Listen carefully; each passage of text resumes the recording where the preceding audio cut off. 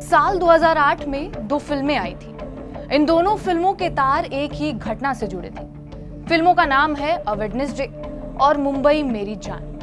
दोनों फिल्में मुंबई में हुई एक दर्दनाक घटना के इर्द गिर्द है और वो घटना है 2006 में मुंबई में हुए ट्रेन ब्लास्ट की। अ वेडनेसडे में एक कॉमन मैन की कहानी दिखाई गई है जो इन्हीं ब्लास्ट से मरे हुए लोगों का बदला लेने का बड़ा ही अलग तरीका निकालता है। और मुंबई मेरी जान में 4 अलग अलग किरदारों की कहानी बताई है जो आखिर में इन्हीं ट्रेन ब्लास्ट की टीस से जूझते हैं। खैर, फिल्मों की तो बात हो गई। आज हम आपको 11 जुलाई को मुंबई, जो पहले बॉम्बे कहा जाता था, वहां हुए ट्रेन ब्लास्ट की कहानी बताएंगे। नमस्कार, मेरा नाम है रिया शर्मा और आप देख रहे हैं TV9 डिजिटल। तारीख 11 जुलाई, साल 2006, समय शाम के 6 बजे थी।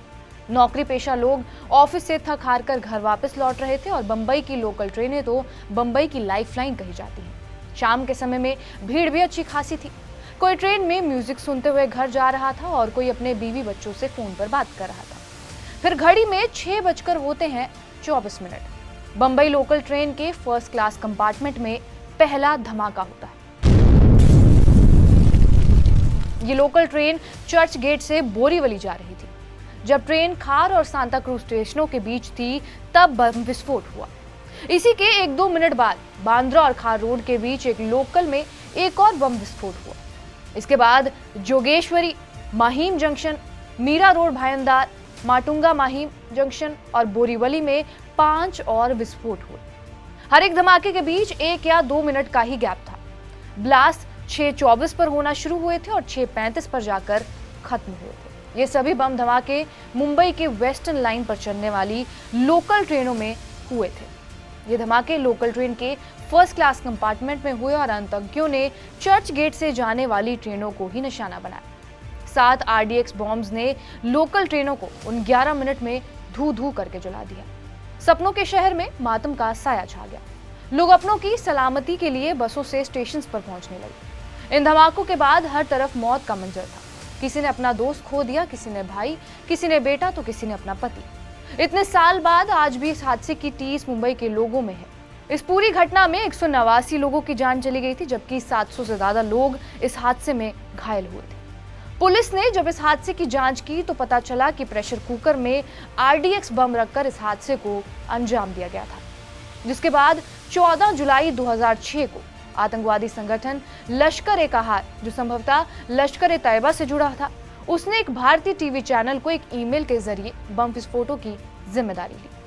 मुंबई फोरेंसिक विभाग ने यह देखा कि बम विस्फोट के लिए विस्फोटक RDX और अमोनियम नाइट्रेट का इस्तेमाल किया गया था और ATS ने कहा कि बम चेंबूर में इकट्ठा किए गए थे। मुंबई पुलिस के मुताबिक इस हादसे की साजिश बहुत पहले ही पाकिस्तान के बहावलपुर में रची गई थी।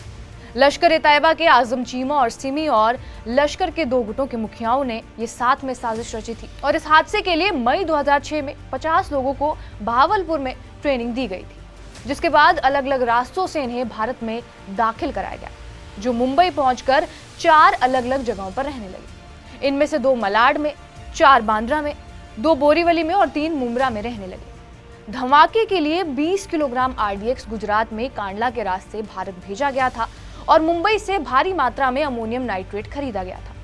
8 प्रेशर कुकर सांता क्रूज में 2 अलग अलग दुकानों से खरीदे गए थे और इस धमाके से 1-2 दिन पहले गोवंडी में एक घर में ये बम बनाए गए। हर एक कुकर में 2 से 2.5 किलो RDX और 3.5 से 4 किलो तक अमोनियम नाइट्रेट भरा गया और इन कुकर्स को बांद्रा ले जाया गया।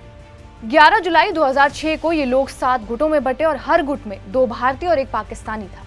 हर गुट के पास एक प्रेशर कुकर था जो काली थैली में अखबार में लपेटकर रखा गया था। इन्हें बहुत ही तरीके से ट्रेनों में रखा गया और धमाकों के बाद मलबे से कुकर के हैंडल मिले थे, जिससे ही ये पता चला था कि कुकर में RDX रखा गया था। धमाकों के बाद पश्चिमी रेलवे पूरी 1 दिन के लिए बंद रही थी। मुंबई के इतिहास में ऐसा पहली बार हुआ था।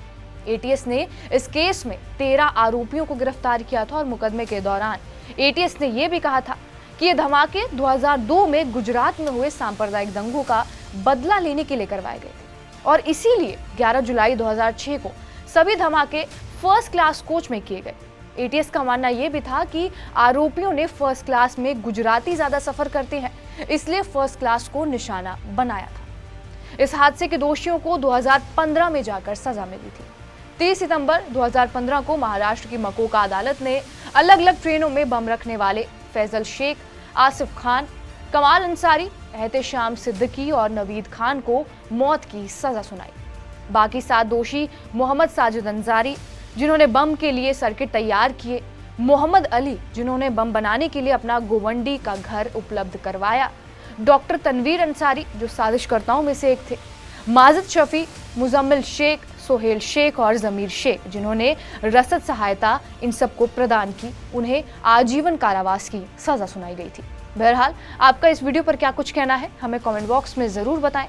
बाकी देश और दुनिया की तमाम बड़ी खबरों के लिए बने रहिए हमारे साथ TV9 डिजिटल पर।